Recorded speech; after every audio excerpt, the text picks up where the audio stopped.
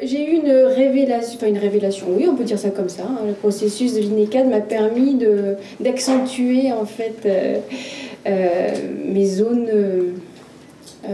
d'émerveillement, de joie.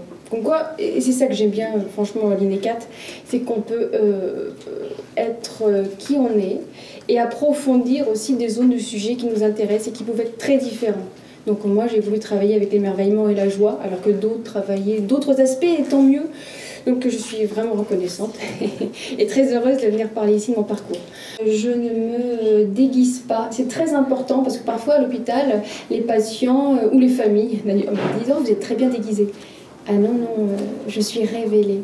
Et tout de suite, ça me met aussi le ton. J'ai toujours un ton, bien sûr, décalé. Hein, c'est mon personnage qui va vouloir ça. Et puis en même temps, c'est profond et c'est toujours très ajusté avec ma vérité, ma réalité intérieure. Donc forcément, quand on va me voir me transformer et quand on voit le résultat, j'ai vraiment l'impression de révéler un aspect de moi. Et c'est aussi dans cette dynamique-là que j'accompagne les personnes à l'hôpital et je vais essayer de leur permettre de révéler aussi un aspect d'eux-mêmes à mon contact. Ça montre aussi que c'est un métier, ce que je fais, qui demande des compétences et que quand je suis à l'hôpital, je suis en fonction symbolique et c'est très important. Ce n'est pas Sandra qui accompagne, c'est Annabelle. Alors les caractéristiques de mon personnage, vous allez voir, c'est la beauté, en toute simplicité. La beauté du personnage. Alors ça, ce sont les patients qui m'ont appris ça au début, parce qu'au début, mon personnage était beau, mais peut-être pas aussi beau, pas aussi travaillé. Mais en fait, les patients, à chaque fois qu'ils m'ont trouvée belle et qu'ils m'ont dit « Ah, qu'est-ce que vous êtes belle », l'accompagnement marchait. Il y avait une alliance thérapeutique encore plus puissante parce qu'il y avait la beauté. Donc la beauté ouvre des espaces intérieurs, j'en suis convaincue.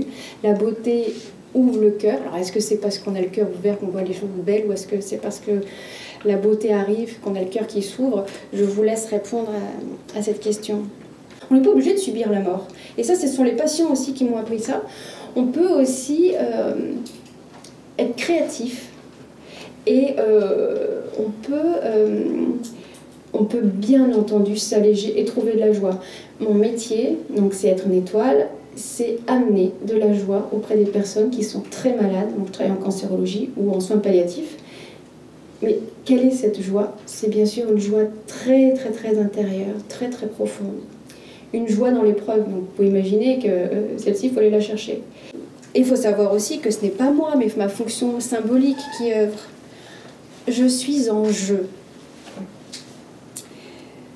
Et grâce à cette posture créative, j'ai accès à des choses, et vous devez le savoir en tant qu'artiste ici, que je ne peux pas capter autrement, parce que mon mental fait interférence. Et le jugement que j'ai de ma réflexion quand je suis avec quelqu'un, par contre, je joue. Et quand je joue, je sais.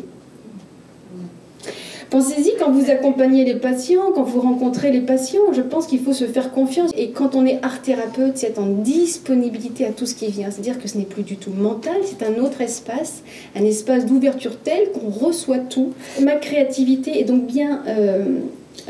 repose bien sur ma représentation, sur ma transformation qui aide à une transformation des états intérieurs, mes propres états intérieurs, mes propres angoisses par rapport à la mort.